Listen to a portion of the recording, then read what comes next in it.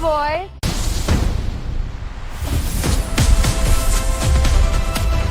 Hi, boy.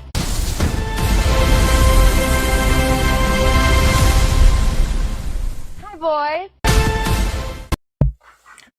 Hey guys, and we are currently live. Sorry for the drag, but yeah, a lot of stuff going on today. My kiddo is sick, so yeah, so much stuff going on today. So we're gonna probably just handle random stuff today. Probably talk about the aftermath of what CNN and all these news outlets are saying about the State of the Union, and we'll see what everybody else is reacting to. I have Tammy up, I have the Guthrie case up, so we have different random things that we're going to be looking into today, just to kind of keep it kind of willy nilly. But let's go ahead and get into Tim. In our country, to be fair, they were disproportionately black. All right, they were. But only when you had a massive amount of property did you have true slaves. I heard that it was a lot like regular people that they kind of were part of the family. Like, you know, you had a slave for real. You had a slave there was a word for that, but we don't say that. Oh yeah. So well, hold on. But there's a lot that liberals don't know about slavery. They think, like, when you ask a liberal to describe slavery, what are they going to tell you? A black man in a field being beaten with a whip. Mm-hmm. It's like, okay, how about a man in a suit in a store making shoes? Yeah. That was also slavery.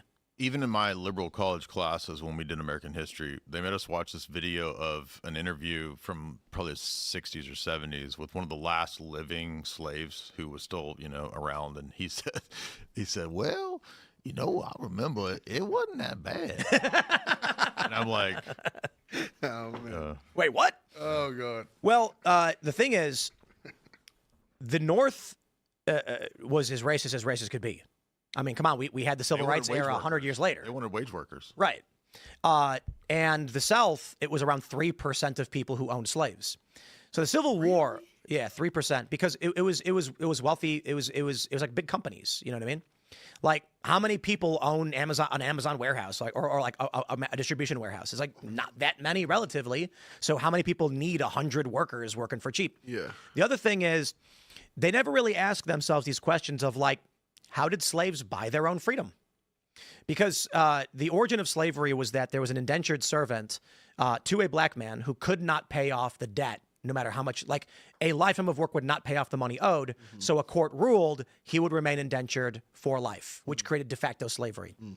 And then, of course, certainly people were bought and sold. All of that was miserably bad, but it was much more complex than you'll get from the average left. So there were circumstances. So then the question I asked a long time ago, hey, how did people buy their own slavery? It doesn't make sense. You're a slave. Oh, well, they were allowed to make money. Okay, so how did it work? Slaves answered to the slave owner, and the slave owner just defined the parameters by which the slave could do things. That is, there were many slaves where the slave owner would be like, I need you to, like, be a shoemaker, right? We're going to make 10 pairs of shoes. And then the slave would be like, well, what if I do 12? And he goes, hey, if you do 12, I'll give you some money. After the work you are supposed to do, if you're going to do more, we'll pay you. That happened in some circumstances. So I have this thing that we're going to jump in real quick. Tonight, with tension soaring. Because I see that NBC News had just dropped this, so we're going to go ahead and jump into the video.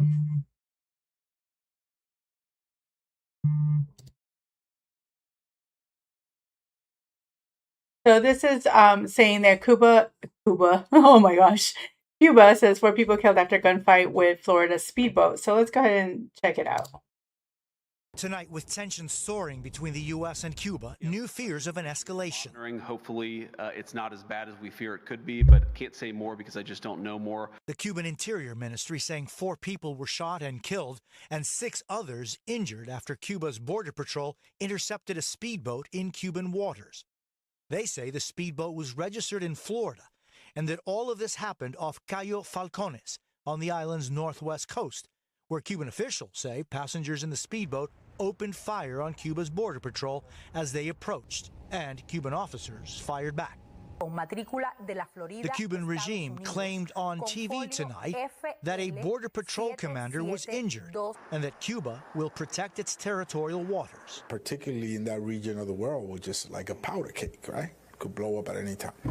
Late tonight, Secretary of State Marco Rubio had this to say. Suffice it to say, it is highly unusual to see shootouts in open sea like that. But we're going to find out. We're not going to base our conclusions on what they've told us. All of it as President Trump is amping up pressure on Cuba's communist regime, blocking virtually all oil shipments to the island. President Trump has been telling the Cuban regime to make a deal. Cuba is right now a failed nation. They don't even have jet fuel to get for airplanes to take off. Jose joins us live now. At this point, Jose, we're only hearing from the Cuban side here, and we still don't even know if Americans were among the victims.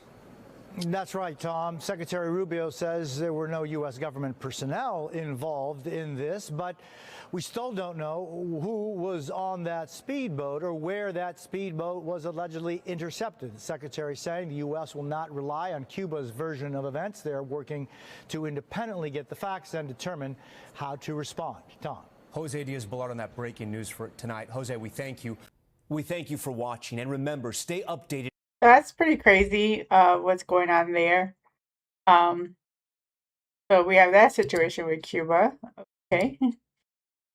So we have that. So yeah, let's see what else is going on in the world. I'm going to keep playing while we see what else is going on in the world. Up with such is a great line. I get goosebumps when he says economic instability in Europe, and then you get authoritarian traditionalists, fascists and Nazis. They're distinct from each other, but similar. And the communists, which are internationalist progressives that want to erase the difference. You know, people be like, you're a fascist, you're a communist. They're both authoritarian governmental structures where an authority tells you what you can or cannot do. You have no freedom. What's the distinct differences? So when it comes to the Nazis and the fascists, functionally, economically, I'd argue we're splitting hairs. They're both authoritarian, but the communists want to erase your history, and they believe everyone's a blank slate who should be wearing a gray jumpsuit. The fascists, the Nazis are my nation and my people are the best, and we should preserve our history and traditions. What makes my grandmother call Trump a fascist? It makes me so angry. Trump's derangement syndrome. Yeah. Just ignorance. Like if you no watch, offense to your grandmother. Well, she's Jewish, so you're allowed to offend her. Oy vey. And you are too? Yeah. I noticed the cross on your hand. It was a little bit. Well, my mother's Christian. My father's side was not like practicing Jew, but Hungary, Austria-Hungary. Like we had people that got killed, so I rep it. The saying we have is, I wish Trump was 10% of the fascist they claimed he was. Maybe he would actually send in the police to stop all the rioting.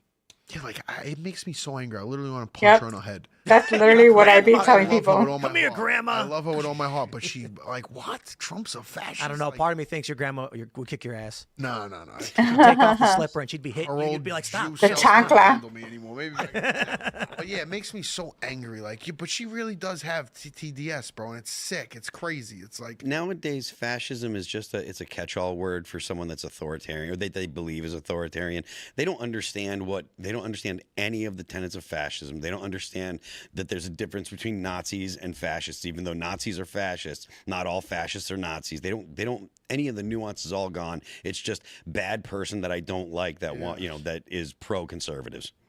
Fascism is the melding of the private and the public sector into one, like a company town. One of the principal arguments was it's the lucrative merger of corporation and state. And one of the reasons people conflate the Italian fascists with the German Nazis was that while you'll hear a lot of people say that the Nazis were socialists, it's the National Socialist Party, the left will argue they weren't actually socialists because it wasn't a command economy the way they want communists to be. But the structure of the German economy when the Nazis took over was, I would describe it the way our economy functioned from 2018 until like 2022, which is if you don't adhere to the cultural mandates, we will end your company. So that's why you end up with people bending the knee. Everybody's scared to speak up. They fired an executive from Netflix for explaining racial slurs. So you had this, the culture was, but aren't you against racism? During Nazi Germany was, you're not going to produce steel for the war effort? What are you doing? And you'd be canceled. So the difference with the communists, They would be like, here's your book. Here's what you're entitled to.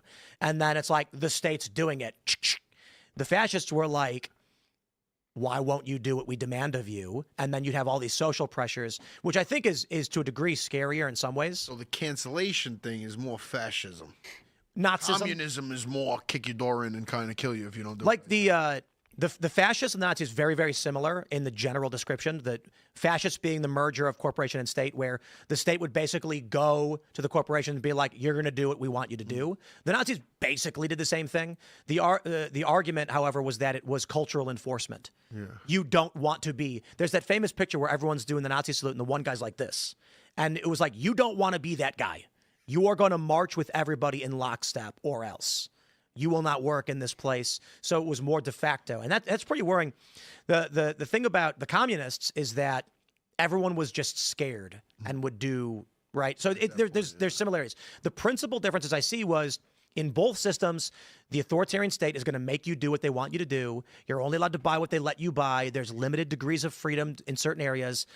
But the communists' argument is your history is bad, should be destroyed. And the fascists, the Nazis are like, our history is good and should be preserved. Does North Korea entice you? It makes me, I am so interested in what goes on over there and like how My great-grandfather is from where is now North Korea. What do they have that they're making money? Like what are they exporting that finances is still going into that country? How have they not just ran out of? They're subsidized by China. And they are starving. Right, yeah. Their people are starving. Their economy is stagnant. So we're going to go ahead and jump into this Fox News clip I found that is talking about kind of like to see how Trump did overall for the State of the Union. So let's go ahead and get into the video. Kayleigh McEnany along with Jessica Tarlov, Jesse Waters, Dana Perino, and Greg Gutfeld. It's 5 o'clock in New York City, and this is The Five.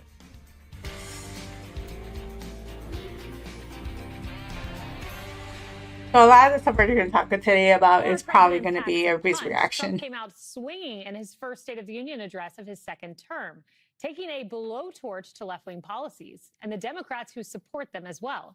Now, while touting one policy win after another, and buckle up, the whole thing ran about an hour and 48 minutes. Yep. Our nation is back, bigger, better, richer, and stronger than ever before. This is the golden age of America. Today, our border is secure, our spirit is restored, inflation is plummeting, incomes are rising fast, the roaring economy is roaring like never before, and our enemies are scared, our military and police are stacked, and America is respected again. They caused and created the increased prices that all of our citizens had to endure. You caused that problem. You caused that problem. They knew their statements were a lie. They knew it. They knew their statements were a dirty, rotten lie. But here was the biggest moment. President Trump sending the squad into a frenzy by simply asking the Democrats to stand for this. If you agree with this statement, then stand up and show your support. The first That made them look so bad. The American government is to protect American citizens, not illegal aliens. Yep. So we watched this live yesterday. We had it on. You should be ashamed of yourself not standing up. You should be ashamed of yourself. That's all they need are these clips of them for the midterms to show who likes what, like to show that they're more for immigrants than they are for American citizens. 80-20 issue. Surely we can all agree no state can be allowed to rip children from their parents' arms and transition them to a new gender against the parents' will. Who would believe that we've been talking about this? We must ban it, and we must ban it immediately. Look, nobody stands up. These people are crazy, I'm telling you. They're crazy. You know, Jesse, I wish the Democrats would have taken the Fetterman approach. Suit up, stand up when appropriate, sit and listen. But even if they sit, Trump still owns them. I love State of the Union Trump. I think it's better than Rally Trump, better than sit-down interview Trump, even better than GG's show Trump. This guy owns this format because there's a physical division right in the middle of the chamber. So he creates a moment and then exploits the moment to get a reaction from the Democrats, and the reaction proves his point. He accentuates it so deliciously that the Democrats are baited into going where they don't want to go. And then he says, see, I told you so. You're having government officials transition children behind parents' back, and the Democrats aren't saying no. And so they fall for it because he has them there. There's no moderator. There's no media filter. It's the Trump show, and he is in total control. Kaylee, that's why they didn't go. That's why 70 played hooky, because they don't want to be a part of it, because he merchandises their faces or their yelling or their canes or whatever the hell they do. It's also a great format for the president because the Republicans are just better looking. All of the cutaways to these Democrats, it's sad. It is a sad look. Our cabinet's more attractive. The Trump family is more attractive. I'm sorry. It's just the truth. Also, Trump loves awards. It's become an award show now. Yeah. You get a Medal of Freedom. You get a Medal of Honor. This person got a tax refund. She got fertility drugs. It's like him hosting an award show now, which is great. And that's why it's so fun, because he's a great storyteller. This is the kind of speech that gives a president momentum. This is the speech that gives the president legs, because the distinction between him and the Democrats was so clear. And now you can see for the first time all of these wins that he can now take this momentum and then drive it home over and over and over again. Everyone's talking about the speech, the hockey, the Democrats going crazy. Their problem is if they do clap for common sense stuff, then Trump looks powerful and persuasive on television, and then their base gets angry. And if they sit there like this, when Trump's saying normal things that everybody agrees with, everybody watching at home thinks the Democrats are crazy. So that's the problem. He just makes the points so forcefully. The Democrats are just sitting ducks. Yeah, it's a catch-22 for them. Dana, the CNN Snap poll showed that at the beginning of the speech, 54% of viewers thought that we were heading in the right direction. Now, 64% by the end. So does he make that shift that then carries over into the midterms? I mean, I don't know. I think that for a lot of people, nobody even remembers that he gave a primetime address from the Oval Office about affordability 2 months ago. It just, like, it's, he talks. Exactly. He did. And yeah. Oh, whoa. But for tonight, for a few days, for maybe momentum going forward, for ideas, like there wasn't a lot of legislative ideas put forward, and that was fine. What he did do is he spotlighted people rather than policies so much. The policy, of course, sprinkled in, but that doesn't make for a good show.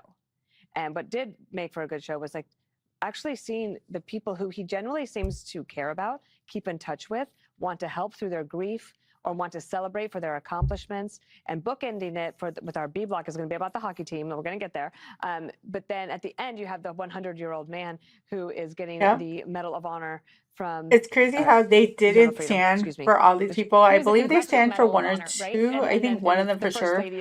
But the fact that they didn't stand for anything else is like ridiculous. At least you could have stood for the military people that they were giving medals for, but instead they decided to go full force and just make fun of them. Like, are you kidding? Like, what the hell? It's become a little bit of a show. I don't know how long it lasts. Like, they didn't even stand for the little girl who was injured. What really matters, and it's like, man, I believe, is the Dems suck. Like, so the cabinet now really has bad. a lot of work to do. So he gave them a few things that were of suggestion, like on prescription drugs, for example. So can you go out and sell that? But I think the big thing that they're going to continue to talk about is the big, beautiful bill. That was the one big, huge piece of legislation that is starting to take hold now, and people will really start to see that in April when the tax returns start to come in, and they will be bigger than they have been before. And you really can't win the midterms in February. You have to kind of assess that more in like April or May. Yeah, and no tax on tips, no tax on overtime. That will all be very telling. You know, one moment that will last, and I can assure you, Jessica, because Republicans will make it last, is when this statement was made, the first duty of the American government is to protect American citizens, not illegal aliens. Stand if you agree with this. Why didn't Democrats stand? Well, I think to Jesse's point that they didn't want to play into the Trump show, and you're between a rock and a hard place. And I was thinking about if I was in that room, my quads would have gotten the most insane workout because I'd be like halfway between standing and sitting.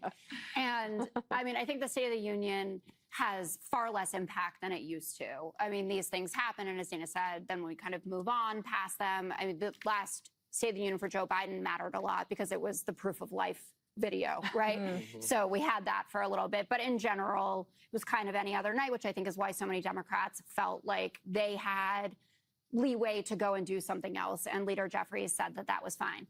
I think that we should institute a rule that any guest of either party, as long as it's not a totally partisan pick, you stand for them and you applaud.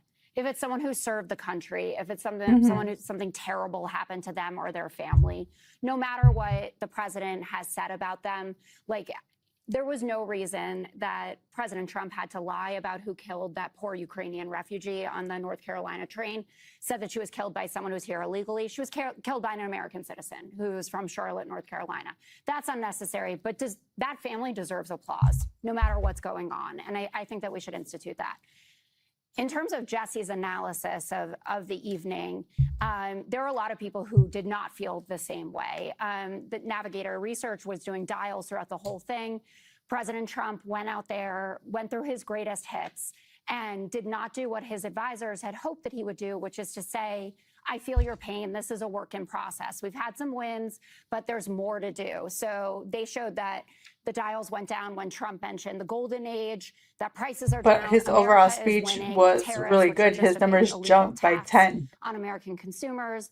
CNN did their poll of the State of the Union viewers, which you mentioned going up 10%. That was tilted plus 13 Republican, but they only 38% had a very positive reaction to it. That's less than Trump got in his 2018 State of the Union, 41% for Biden in 2022, 48% for Obama in 2020 and 2010, then 48% for Trump in 2018.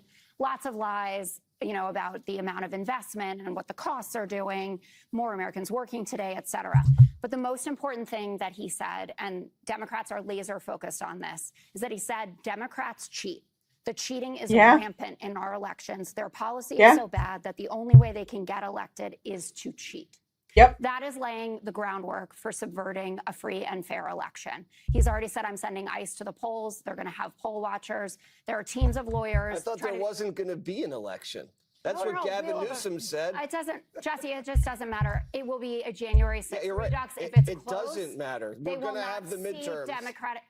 Right, but if it is close, if it is not the 30 seats that some people think it is possible, if it's just a few seats, Mike Johnson held Congresswoman Grijalva out of her seat for 2 months. He was an architect of January 6th. You think that that man is going to seat these people when Trump is out there saying now that we can only win if we cheat? It is. It's why we need voter ID. Pretty much. And I think you're taking him out of context. No, I'm not. It was talking about the SAVE Act.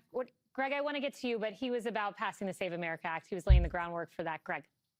Yeah, I was just checking on something. I don't know if Trump lied about the killer of Irina. I'm not sure about that, but at least we know that he knew her name. I can't remember what? Everyone was upset about that. That was not. I'm talking about Lakeland Riley. You know, remember what did he call her? Lakeland? Lincoln Riley. Yeah. The only reason why you guys know about these victims is because we have to throw it in your face, and you notice it when he makes a mistake. Oh my God, he lied about the heinous killer. Oh, who's the villain here? I have to give credit where credit's due. At least these Democrats, you know, showed up. There were 70, like Jesse said, that were missing. I don't know where they were, at a Red Roof Inn playing, I don't know, quarters with Kamala, but they work for us. Yeah. That's their job. Like, what else do you do? You know, oh, they have other things. You know, they see enough of Trump. BS, man. That would be like me skipping the 5 because I found out Shannon Bream is in for Dana. You know, it's like, just because I don't get along with somebody doesn't mean I just like skip. Oh, I'm not going to do the show because of. No, I get paid to be here. That's actually. The fact that they think they can do that shows you how little respect they have for the American people. It was almost 2 hours long, this thing. I felt like Trump is like a maitre d'.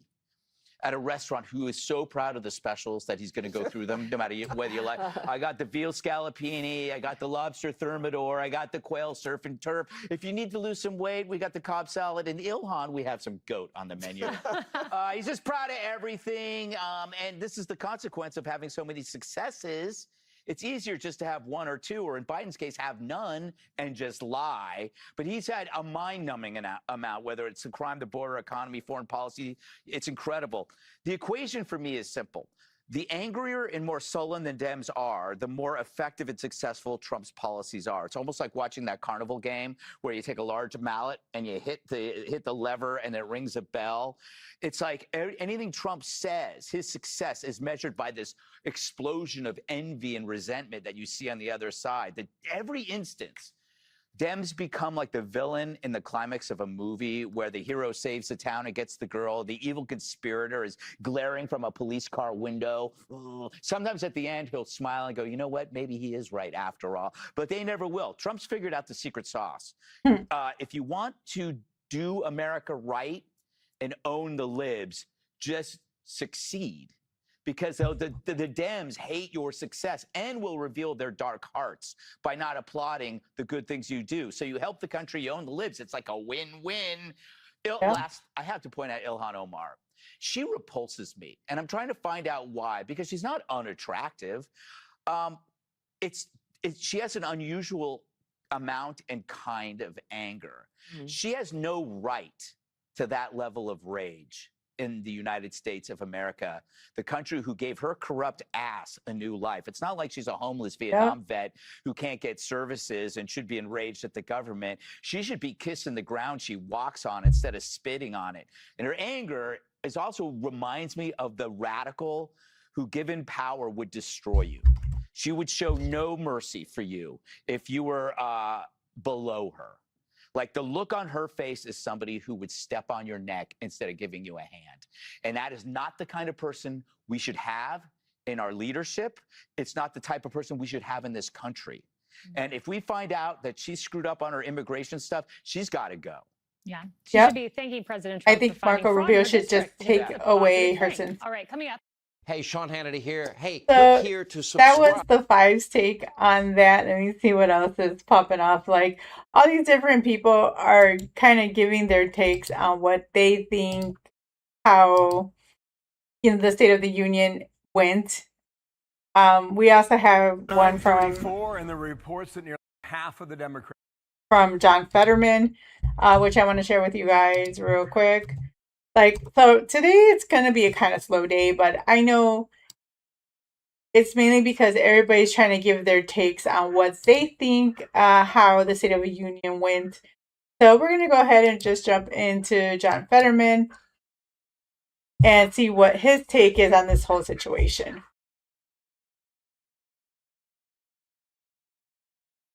.34 and the reports that nearly half of the Democrats in Congress skipped the speech last night, boycotting the State of the Union address, and there are the names on the wall. Instead, holding several competing anti-Trump events, including one that was dubbed State of the Swamp with Robert De Niro and Mark Ruffalo and others, and several people wearing what appeared to be frog costumes. I defy Trump and his authoritarian project by standing in joyful, radical, peaceful resistance with the Portland Frog Brigade. The state of our union is not strong. It is hanging by a thread. Donald Trump, the Republicans, have made this country sicker, poorer, and less secure. Sicker, poorer, and less secure. Donald Trump doesn't owe us a 2-hour rambling speech. He owes the American people their money back. Well, Pennsylvania Senator John Fetterman is one Democrat who was in the chamber for the speech last night, and he joins us this morning. And thank you for your time, Senator. Always good to see you, and thank you for sharing your insights with us. You had about half your colleagues who chose not to go. That was their choice. You chose otherwise. What do you think of the decision they made? Well, I mean, it's just disappointing, honestly. I mean, I think that's sad that I think half of my colleagues didn't show up. I mean, that's not a judgment, but for me, it's like, so for me, that's, I think show up. You don't have to clap for everything. You don't have to agree with anything. I think we're in a different place right now where it's now people not even going to show up or doing other kinds of alternative things. So for me, that's I think so. Yeah, that's interesting. Do you think the State of the Union address has changed for good now? Oh yeah, absolutely. I mean, now it's the constant kinds of yelling and screaming and holding up signs and for doing all these things. I don't care if it's a Republican or Democrat as a president. Just don't do that. Don't do that. Respect the office, regardless who's in that. And now for me, it's like now when half the people in my party haven't showed up, and then some of them have chosen to just yell and say, respect my scream authority. during all of it. I just don't think that's what we want. And I don't believe, as a Democrat, I think like dancing frogs really moves the ball for us as a party either. Totally. On that first point here, here's some of the moments. You had Ilhan Omar out of Minnesota, Rashida Tlaib out of Michigan, and just watch here for our audience. That is why I'm also asking you to end deadly sanctuary cities that protect the criminals and enact serious penalties for public officials who block the removal of criminal aliens. In many cases, drug lords, like, just can we just boot her out? They're blocking the removal of these people out of our country, and you should be ashamed of yourself. That exchange obviously went to immigration and enforcement and DHS funding. I saw an email thread last night where you shook the I president's just hand. can't believe that Fetterman, out of all people, has been like on the ball about everything. That's the crazy part.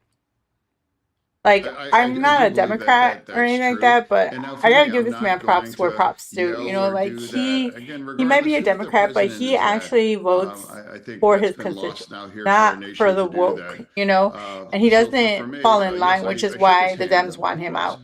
They want him gone. And I'm always going to do that for sure. So the New York Times wrote up the following moment as a ploy. That was the way they described it. And this was probably the moment that people will remember. When asked to stand for Americans or illegal immigrants, how the president phrased it last evening, this is how that went. So tonight I'm inviting every legislator to join with my administration in reaffirming a fundamental principle. If you agree with this statement, then stand up and show your support. The first duty of the American government is to protect American citizens, not illegal aliens.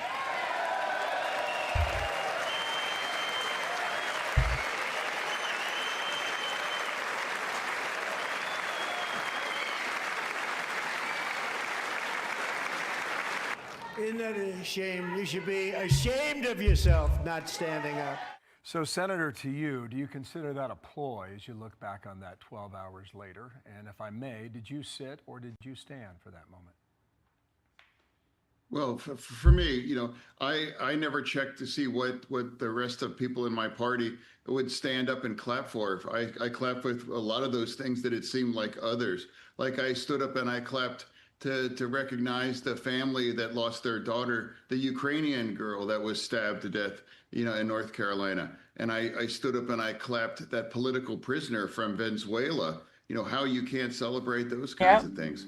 And now I also celebrated all the veterans that were in the audience as well, too. And even more the political things like Erica Kirk. I stood up and I clapped for her as well, too. Now, here, can't we just be more kind to a widow? I mean, we just shouldn't be that long ago that a widow, with young children has her husband murdered, how we can't just acknowledge that as well, too.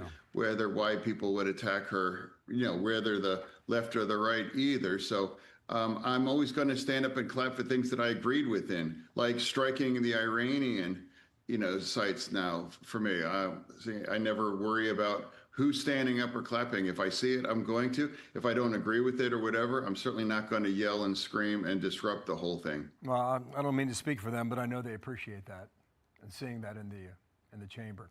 Sir, last question. It is not common, but you don't always wear a hoodie. You wore a suit last night. Yep, he wore a suit. How did that feel for a change of outfit, even if it was just for a couple hours? Oh yeah, well, I mean, I have more hoodies than suits, but of course, I'm going to show up. I'm going to respect the speech. I'm going to respect the event, and then I do think we all should, regardless. We can agree to disagree on things and respect that, and do some of the things that it's turned into, unfortunately. Senator, thank you for your time. Hope you come back real soon. Okay, John Fetterman, the Democrat. Yeah, so that was John Fetterman doing his thing. I find it interesting how you don't have, like I said, a lot of Democrats that are signing off on anything that Trump does, but of course they're so quick to blame everything on Trump, and they don't hold themselves or their party accountable. So, good on Fetterman for being able to kind of break from party norms and literally just state the truth. He's not there, to follow, company lines like the way the Democrats probably want him to do. He votes more for what his constituents want. And that's, like I said before, that's why they want him gone, because they don't like that he's not falling in line, because that's how it is with the Democratic Party. They want you to just fall in line. And they're always trying to say like that the right is a cult, but the fact that they're so quick to disown you or call you like far right for not following in lockstep with all of the left's ideology shows who's really part of the cult. Where at least on the right, you can have disagreements and still be able to chill with each other later on, even if you guys disagree. But we do have this from Fox News. Cowardice J.D. Vance reveals what SCOTUS, sorry, not what SCOTUS, what State of the Union viewers couldn't see. So let's go ahead and jump in the video. In religion, faith, Christianity, and belief in God. And a big part of that had to do with my great friend, Charlie Kirk, a great guy, great man. Charlie was violently murdered by an assassin and martyred, really martyred for his beliefs. His wonderful wife, Erica, is with us tonight. Erica, please stand.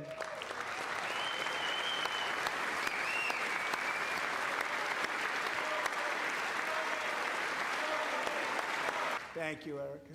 In Charlie's memory, we must all come together to reaffirm that America is one nation under God, and we must totally reject political violence of any kind. It was one of the many emotional moments from last night's State of the Union address when Turning Point CEO Erica Kirk stood up as President Trump paid tribute to the late organization's late founder and her husband, Charlie Kirk.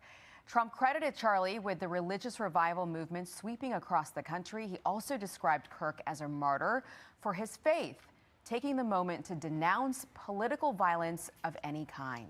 Another big moment from last evening, President Trump hammering home his crackdown on illegal immigration and putting Democrats on the spot when this happened. I'm inviting every legislator to join with my administration in reaffirming a fundamental principle. If you agree with this statement, then stand up and show your support. The first duty of the American government is to protect American citizens, not illegal aliens. Yep. Isn't that a shame? You should be ashamed of yourself not standing up. Well, some already suggesting that that moment you just watched could come back to haunt them come November. What about all that with the Vice President, J.D. Vance, who now joins me live. And, sir, thank you for your time. After a late night last night, you're back at it today, and appreciate you coming on. Good morning to you. Good morning, guys. Thanks for having me. So the New York Times, about that moment, says, stand up. With one maneuver, Trump tries to box in Democrats. The president's ploy changed the energy inside the House chamber. At that point, would have been a mostly dutiful State of the Union address morphed into full-blown political theater. You and Speaker Johnson are only one of two people, in addition to the president, who have the same line of sight with his view. And when that happened, what did you see on the right side of the room? Well, I saw a couple of things, Bill. First of all, obviously, most Democrats didn't stand up or clap. And what a shame that is. What a sad commentary that is on the Democratic Party, that the idea that the American government should stand for American citizens, not illegal aliens, that shouldn't be controversial, but apparently it was to the Democrats. But I will say, Bill, something that I saw that probably most TV viewers didn't see was really the cowardice, because there were a few Democrats who sort of politely clapped. They didn't want to stand up. I guess maybe they were worried about being primaried by the far left fringe of their party. Yep. But they were all looking around. They You know weren't that's actually why. saying, you know what, I'm going to stand and support this because this is a common sense, obvious statement. They were all looking around for cues from their colleagues because they didn't have the courage to stand on their own. And that, more than anything, Bill, is the saddest commentary on the Democratic Party, that not only will they not stand for the idea that Americans should come first, they won't even have the courage of their convictions. They lean on the person to their left and their right rather than actually have some conviction. That is unfortunately what's true about Democrats in Washington today. Well, it is being talked about a lot about how many Democrats chose not to go last night. Senator Fetterman, a Democrat from Pennsylvania, last hour said on our program that the State of the Union address has changed forever. Have you given that much thought? I really have. I mean, a couple of things, Bill. First of all, it was a celebration of America in a very unique way. I'd never seen in a State of the Union address where you have all of these great people coming in. You know, the guy who flew the Chinook helicopter in the Venezuela mission coming in, being awarded the Medal of Honor, and then a 100-year-old Korean War veteran being awarded the Medal of Honor at the same time. You had this poor girl who was assaulted by illegal aliens who managed to survive miraculously. All of these stories, normally you hear one or two stories. It was a constant, invigorating reminder of how great our country is through the stories of these great Americans. I think that is fundamentally a difference, and I don't think that we'll ever go back. And I think the second thing, Bill, is the president used it as an opportunity to highlight the difference between congressional Republicans and congressional Democrats. You had congressional Democrats, they wouldn't stand for the idea that children shouldn't be socially transitioned without their parents' wishes. They wouldn't stand for the idea that American citizens should come first. They wouldn't stand for that innocent little girl who was assaulted by an illegal alien but managed to survive.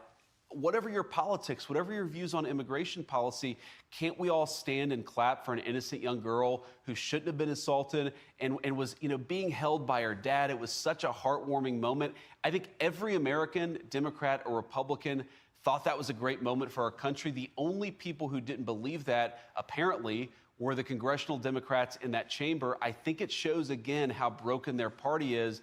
But that revelation, I think using the State of the Union to drive home that we really do have a radical fringe in our country that's not representative of the whole, I don't think that we'll ever see a State of the Union that doesn't drive home that point. Okay, let's get to the issue that might clip this administration, and that's the economy.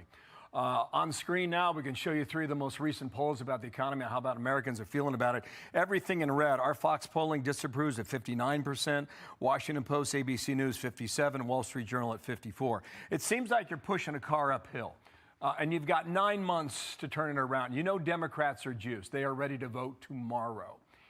Do you have enough runway to get this economy where it needs to be before November? Well, Bill, in some ways we are pushing a car uphill because the Biden administration left us such a disaster of an economy, the highest peacetime debt in American history, skyrocketing inflation. A lot of Americans who had lost $3,000 was how much the average American had lost in take-home pay. Now, in a year, we've actually seen the average American gain about $1,200 in take-home pay.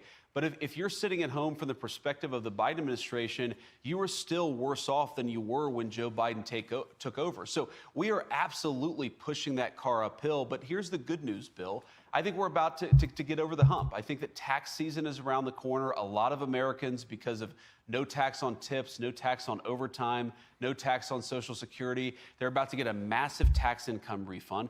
We've seen this massive trillions and trillions of dollars coming into our country to build new factories. Those construction jobs are starting to hit the economy. Then the manufacturing jobs, once those factories are built, will hit the economy too. So I think that we've got a lot of momentum here. But the president said this last night. We inherited a mess. Our ask to the American people is let us continue to fix this mess, make your life better. That's what the president is prioritizing, and that's what we're going to keep doing. Seems like it is the question on behalf of many, many Americans over the next 9 months, and we'll follow that very carefully. In the meantime, you've got a new job. Here it is, the announcement last night from the president. I'm officially announcing the war on fraud to be led by our great Vice President J.D. Vance.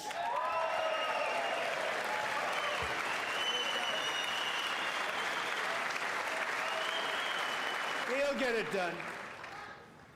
And if we're able to find enough of that fraud, we will actually have a balanced budget overnight.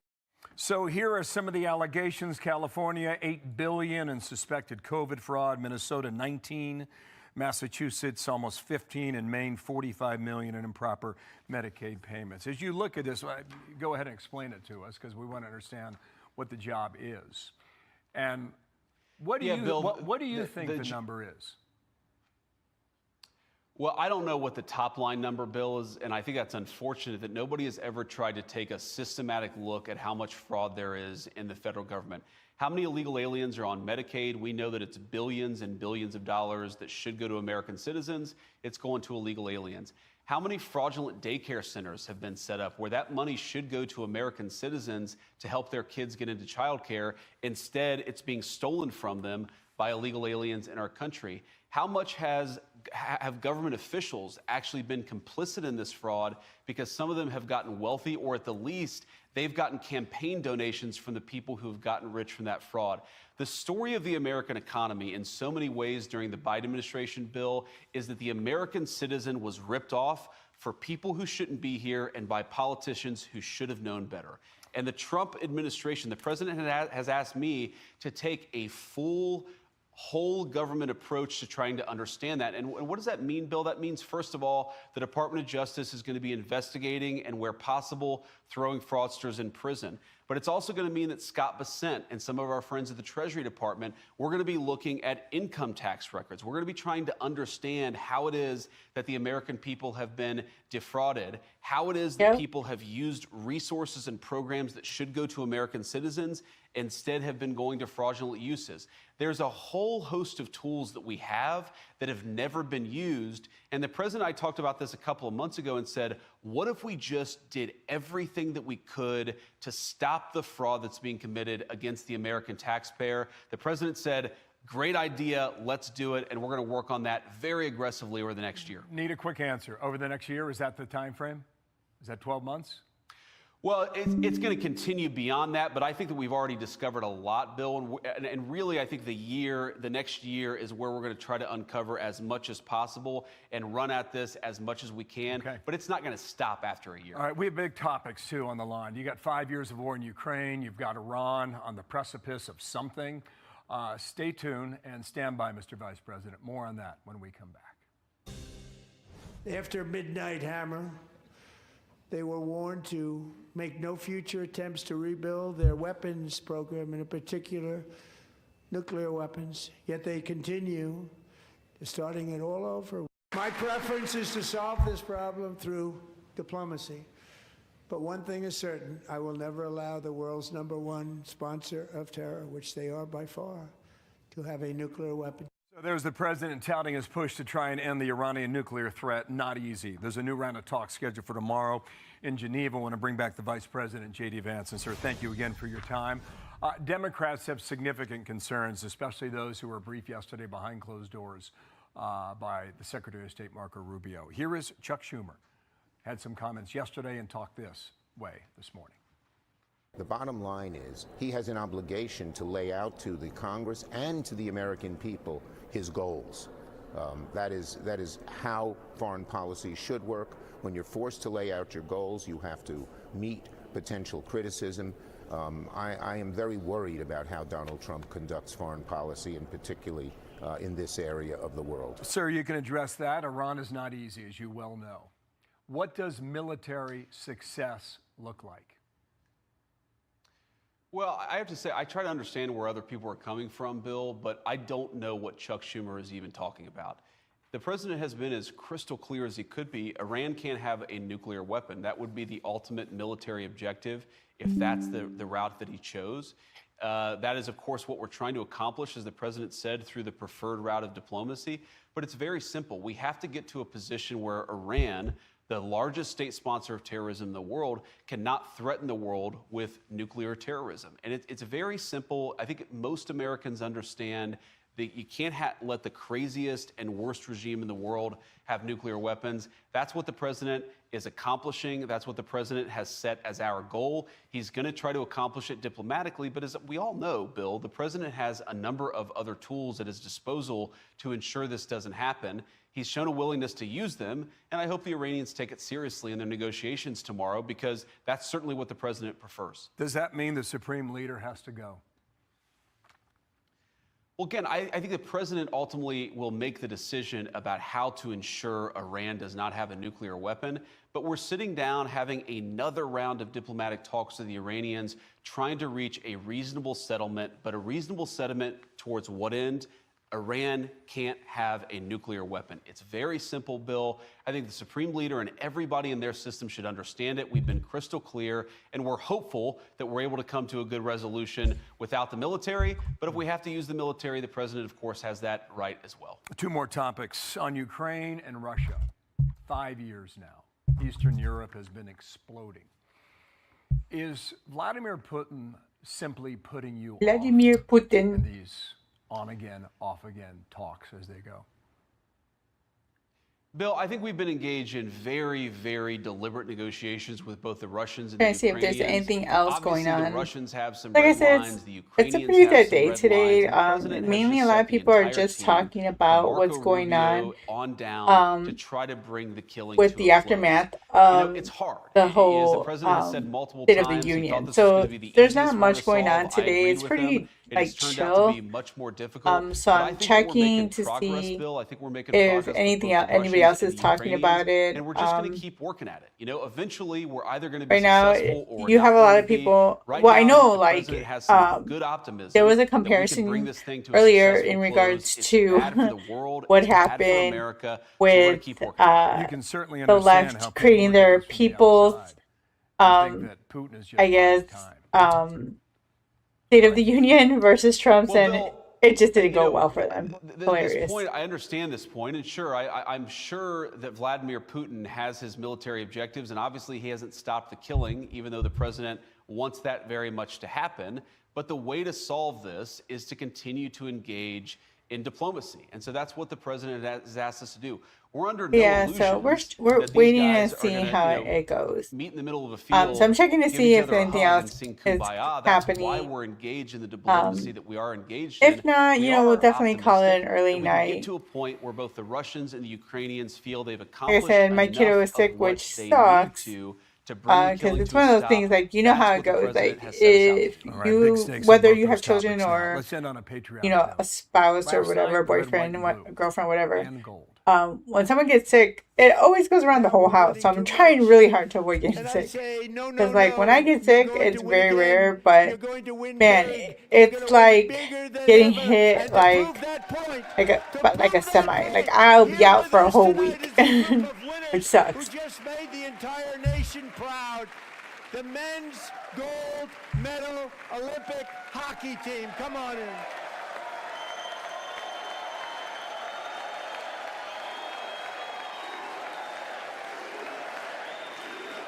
So for those of us who weren't there, how much fun was it to have those guys around for a day?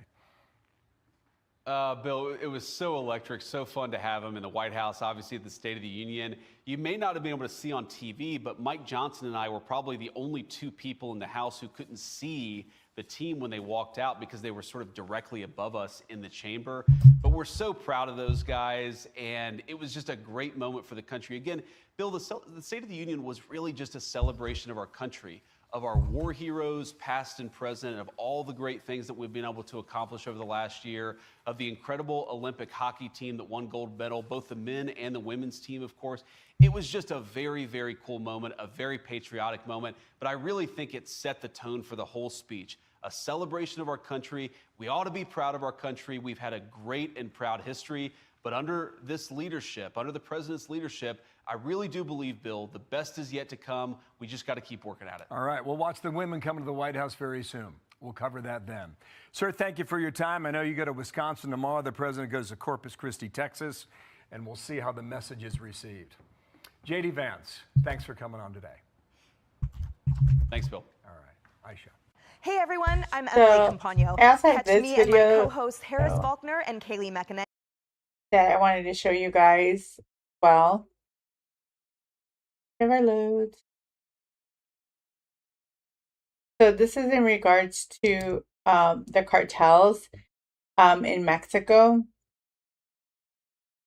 So basically what's going on there. So Mexico cartel revenge, live fires, roadblocks, gunfire across the region after El Mancho's death.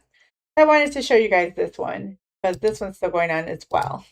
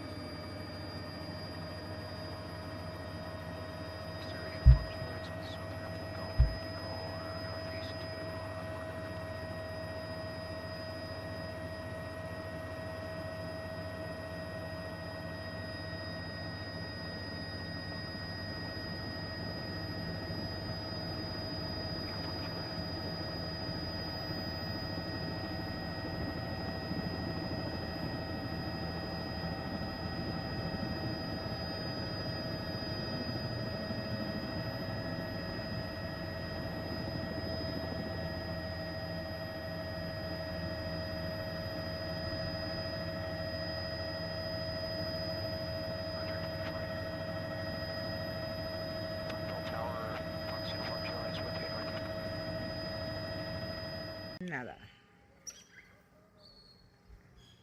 A 2 cuadras de mi casa.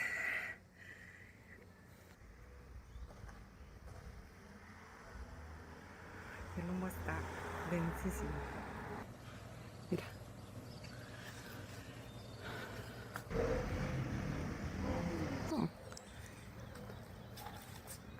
Estos son vehículos quemados, detonaciones. Puerto Vallarta es un lugar muy pequeño.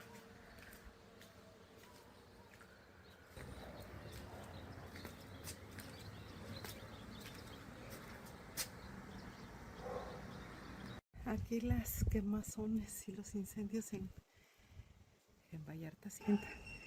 2:30 de la tarde, ¿eh? Que están las cosas en Vallarta todavía. 1, 2 vehículos. El autobús de pasajeros que está en estos momentos incendiándose, no vemos ninguna autoridad que llegue hasta este lugar, no vemos a nadie, estamos observando simple y sencillamente estos narcobloqueos que están sucediendo aquí. Este camión que cubre, seguimos reportando nosotros esta situación en vivo y en directo de lo que está sucediendo. No vayan por favor a circular hacia Jalisco. No, por favor. Los propietarios de este establecimiento comercial se llama Tacos Birria, el Cheli, están retirándose también de urgencia. Ellos son testigos también de cómo los sujetos llegaron en estos momentos. Es precisamente por eso, por los incendios provocados por los narcobloqueos. La primera ocasión que se registra en esta zona de Tepic y en Jalisco que ocurre. Ya los elementos adscritos de la Policía Estatal adscritos a Jalisco, a la ciudad de Jalisco, se encuentran aquí en alerta tras posiblemente la detención de algún... Crazy. Se están escuchando explosiones. Los elementos están en alerta. En total alerta. Esa toma panorámica, nada más. Son dos vehículos. Junto a ese vehículo que estaba allá atrás, estaba una camioneta que también ya está en llamas. Estaba una camioneta propiedad de una empresa, está en llamas. Voy a movilizarme a los diferentes puntos de conflicto que están siendo reportados y ahí le voy a hacer una toma a los bomberos. Ahí están trabajando. Aquel vehículo prácticamente ya pues destruido por el fuego. Este también. Ellos están tratando de dosificar, los bomberos, el agua, tratando de gastar lo menos que puedan en lo que les llega el apoyo, en lo que les llegan pipas, ya sea de su corporación o ya sea que los propietarios de empresas. Ese es el ataque hacia el fuego. De lo que ha estado sucediendo desde muy temprana hora. It's En los going. municipios de Compostela, Jalisco, Tepic y Bahía de Banderas. I can't believe it's still going on for that. Tras una detención, But I'm not surprised. I'm pretty sure these cartels want everyone kind of gone now.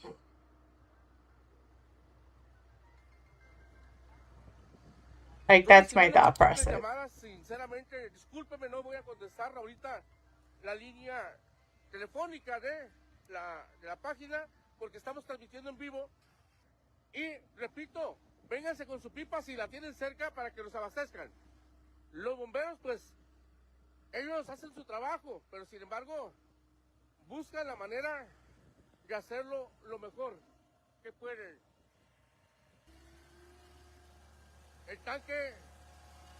El tanque, el tanque. Y ahí está el trabajo de nuestros bomberos. Dejo los sonidos de la noticia.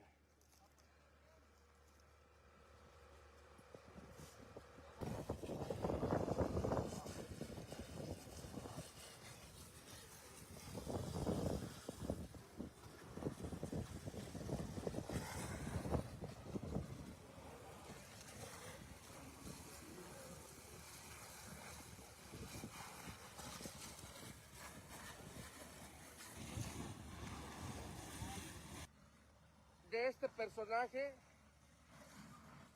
quizás eso no, me estoy adelantando a algo, pero se trata de un personaje importante del cártel Jalisco Nueva Generación.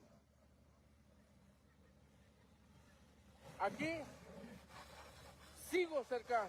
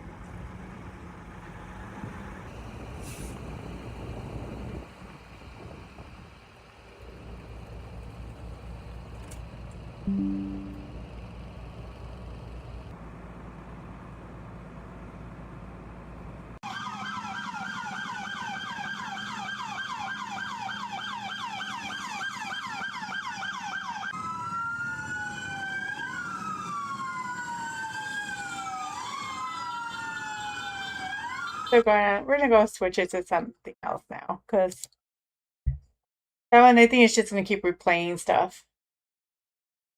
So I'm gonna switch it so we can watch Arturo. So you guys go to his channel and don't forget to join and like and subscribe to him. By the way, we were live streaming how they were under our freedom of religion in federal law, and because of that, we really need to go And if back you do go and comment look on at his this freedom page, of tell him religion Harley thing. said We hi. really need to go back and look at it, because if it's protected, I mean, what's the difference between? I understand the difference between the religions, but if Christianity is going to be protected, why isn't Islam protected? And I don't like it. I don't like Islam a single bit. I don't like the Muslim takeover. I don't like it. but we have given them protections through our laws to keep them protected. So we got to worry about that stuff, man.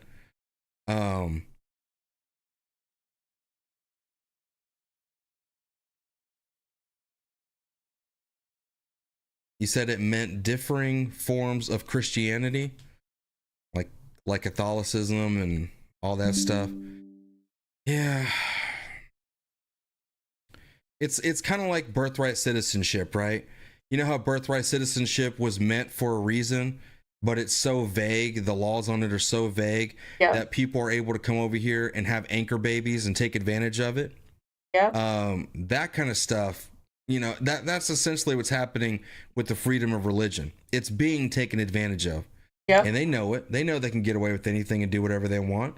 So of course they're going to take advantage of it. Chris, thank you for the $2 on Cash App. You said, never forget to praise Jesus. Amen. Thank you, Trump. Absolutely.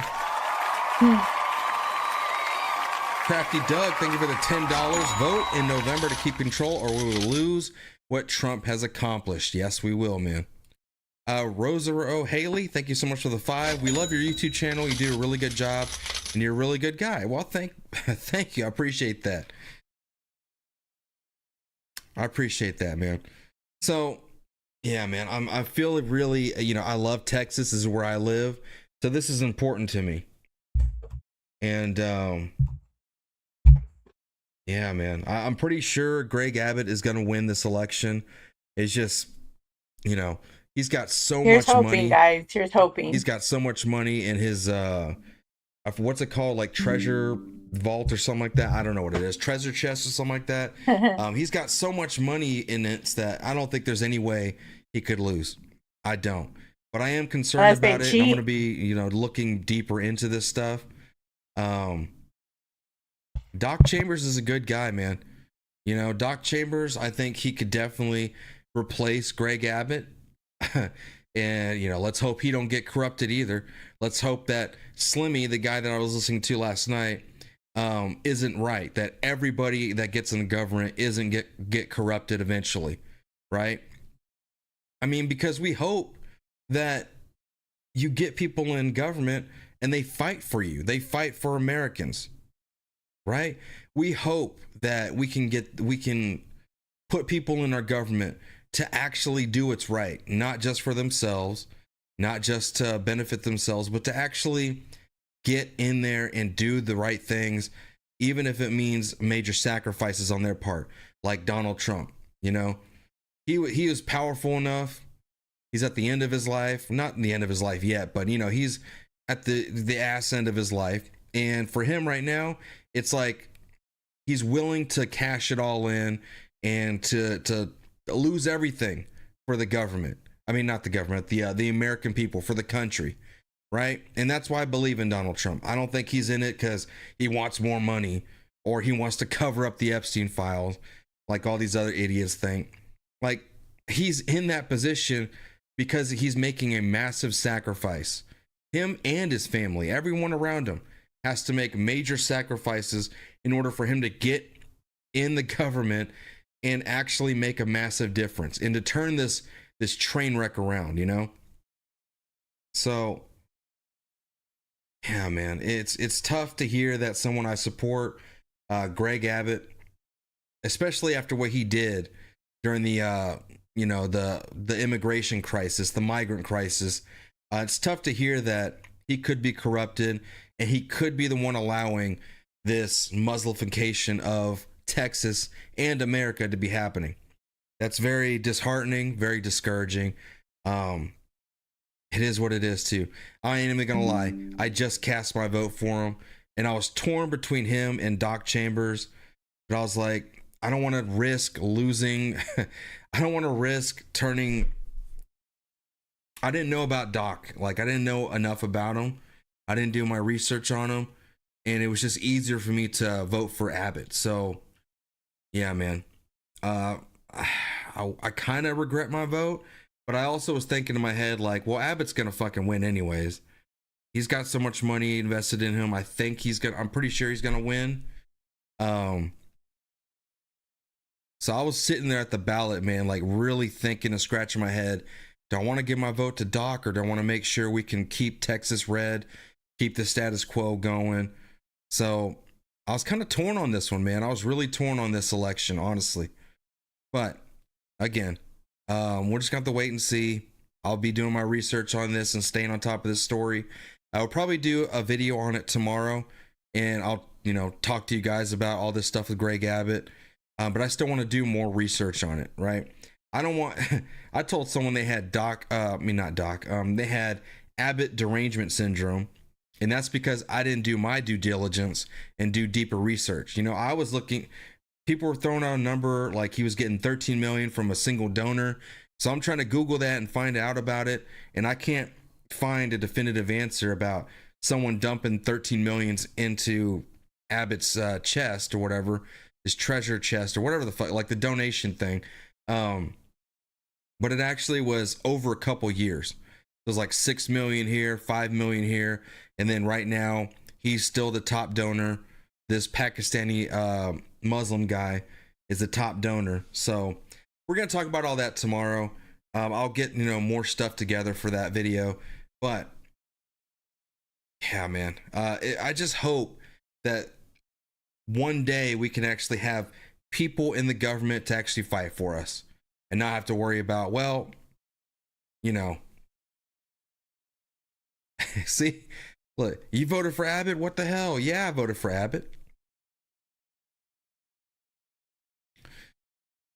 I guess that's all you heard in this whole conversation. Anyways, look, man, we're gonna keep on pushing forward.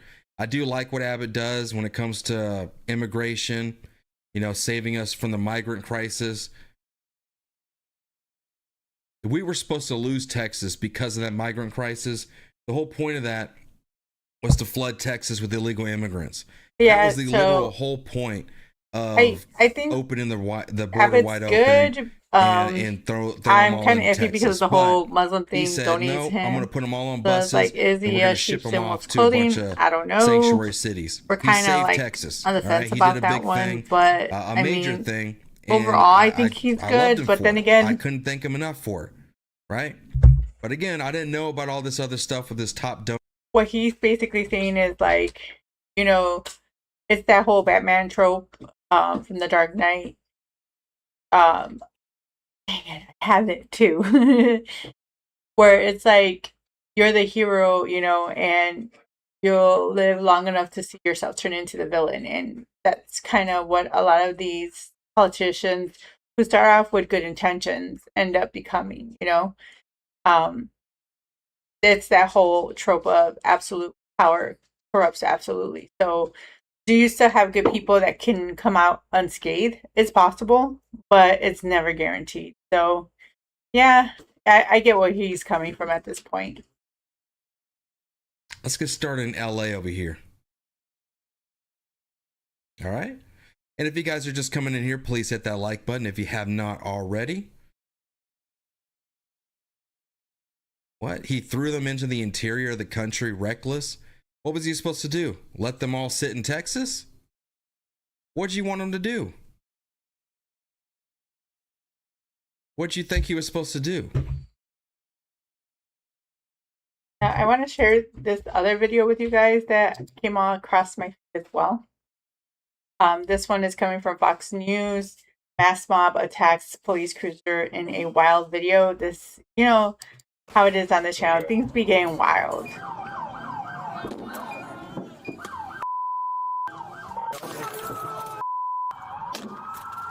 Wow, the glass broke. Holy crap. New video showing the moment a masked mob attacked a police cruiser in Maryland. The incident taking place during a chaotic street takeover. Like, over when the are they weekend, going to do as something about agitators this? blocked traffic in all directions while others performed high-speed donuts in their cars. No officers were injured, but 2 police vehicles were vandalized. Now, this comes after Maryland Governor Wes Moore touted the success of his anti-crime policies during his State of the State address earlier this month. Watch. Homicides are down nearly it's this guy. 50% statewide, and we are delivering historic drops in crime in every single corner of the state. And in fact, the last time the homicide rate was this low in Baltimore, I was not born yet. I think, Griff, what makes that contrast so stark is the visuals of seeing this footage, right? And how shocking it is that it seems that it receives little acknowledgement from those decision makers and especially the governor. Yeah, and you know, Emily, I'm from D.C. Just so we're clear, it says Montgomery, Maryland. This is actually a suburb of D.C. in Chevy Chase. That intersection, the East-West Highway and Connecticut Avenue, is just outside of D.C. proper, and it's right next to the Chevy Chase Country Club, the premier country club, one of them in Washington, D.C. And so for these teens to be able to take over that entire intersection is just appalling. The law enforcement, you are absolutely correct. Stop it, because that mayor, that governor is a DC. freaking clown, man. Why hasn't there been mass arrests? It's just like all these other in blue freaking ran governors and mayors. Shot by ridiculous, well, guess guys. What? I googled that. It's an Instagram account, and the guy has. But best believe, if this was happening to them, like, and it was their vehicle, oh, they would be calling for heads to roll, you know. At the end of the day, while you do but have crime because it's not happening to them, they're like, let it go. Been done to get Fine. these teens under control, because that's what you've got right here. Like with the fact that Mayor Mamdani, for example, he wants to release all the prisoners. I'm like, wow,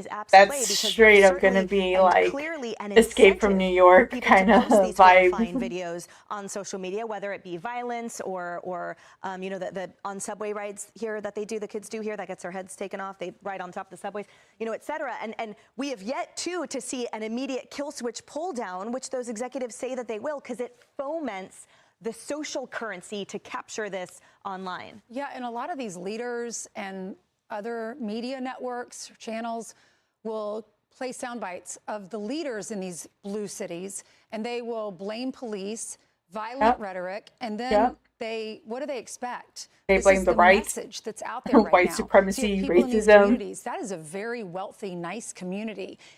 There's one kid in that video that's dancing, holding up that strobe light or whatever, and dancing in front of the car. Like, if we did that when we were growing up, you knew you were getting arrested. You knew if you know what? I gotta give it to Germany. Like, I be watching these videos of German police. Like, at first, they weren't doing that. Now they got so sick and tired of the crap that they're just like going hard. And it's like, man, the police officer can't imagine if we did that here. Oh my God, the uproar. I mean, it'd be entertaining, and maybe these people learn to stop doing it, but yes, sir. No, sir. It'd be Yes, insane. No, ma'am. You stay quiet. You're respectful. And they smashed the windshield, by the way. I know. eventually. Yes. Yeah, it's horrifying. And there's a thin line between, I think, first of all, there's a bright line to I can't destruction, even but a thin imagine line doing between this destruction as like and a injury. younger That's the me. whole point. And we've Like, remember, I we've grew seen up with that elected whole officials you say, respect use the authority and term police kid. officers. You So know, I can't don't imagine elevate the being out of status pocket of like this, these because children that are I juvenile would in not these only be crimes, but worried the about what the reality is cops we've would do seen to as me, well but a my spike in parents. violent crimes, regardless of age, and it doesn't help anyone if you don't name it. Yeah, and I think to that exact point, Ainsley, I mean, what a dangerous situation where you have these standoffs for hours in the middle of the night. The window shield, one of the cars, the window shield was smashed when the police officer was sitting in the car, the front and the back. So imagine you're an officer and you're sitting there and someone smashes a window shield while you're sitting in the vehicle. I mean, it's nuts. Not only that, they recovered 3 handguns from these individuals before they get to the location. Were those lawfully carried handguns? I can't imagine they were. This is very scary. And Maryland's tried to crack down on this. They put in place stricter laws. They have a task force. That task force made 61 arrests, 37 handguns obtained, 99 takeovers as of September 23, and 1 year, I believe, is what they were dealing with. So, you know, we're covering this because it's happening more and more Honestly, and more since COVID. I have a lot of people always like calling me like old school, because that's basically how I raised mine. But mine don't get out of pocket like that. Like, they could never. Takes it away from things that need help. Like, I don't know what these parents are doing nowadays, but man, these kids be out of pocket. Those officers from responding to You need to reintroduce the chancla consequences, grounding, take away all their tech. That in itself would probably drive them crazy if you just took their tech. I mean, you've broken our one law at the border. Like, I remember one time when I took like during the summer, when you know, our kids would go on like summer vacation or winter break, stuff like that, we would take away their tech, and I swear to God, it was like they were coming down from drugs. They were like little crackheads, you know, like throwing fits because they didn't have technology, and after like maybe 2 or 3 days, they would chill out. And all of a sudden they were back to normal. They were doing their normal things, going outside, reading books, playing board games and stuff like that. So it was crazy for us to see how addicting these devices are, which is why we limited them or attempted to as much as we could, at least at home, because, you know, when they're at school, they have access to this 24/7 at school. So we tried our best to limit what they had. So I guess that's also why they're not as bad as most of these little hoodlums. You got to make the consequences really tough now. You want to potentially change somebody else's life forever? I say you put in 2 years for this stuff. 2 years minimum, and you can't touch that. There are no mitigating circumstances. I guarantee you it would help. And if someone got hurt, they would have called 911. If someone got hurt there, they would have relied on the same police that they are trashing. Excellent point. And then you do the build with the extra What loss. would your parents, what would they do if they saw you on TV goodness. in front of that cop car dancing? My dad was a colonel. There would be no tomorrow. No discussion. That's for sure. No tomorrow. You lose your rights. Because when you look through the, I'd go on one of those milk cartons. When you look, there's multiple cars doing 360s at a high speed. Have you seen her? The chance that one didn't spin out of control and, God forbid, kill somebody is remarkable. Yeah, it is. Yeah, it is. It's a blessing. Thank God those officers are safe. Hey everyone, I'm Emily. That Campagno. is Catch me and crazy, my guys. co-host Harris Crazy bananas. But yeah, there's nothing much happening today. I thought there was gonna be so much more stuff going on. Unfortunately, there's nothing going on today. So I guess I will call it a night, guys. You know, because like I said, my kiddo is sick, so you know, mom's job is never done. So I will catch you guys tomorrow, same bat time, same bat channel. You guys have a great night and you guys stay safe. Talk to you guys soon. Time's up, my little heathens. Harley's gotta cause more trouble. Thanks for the chaos.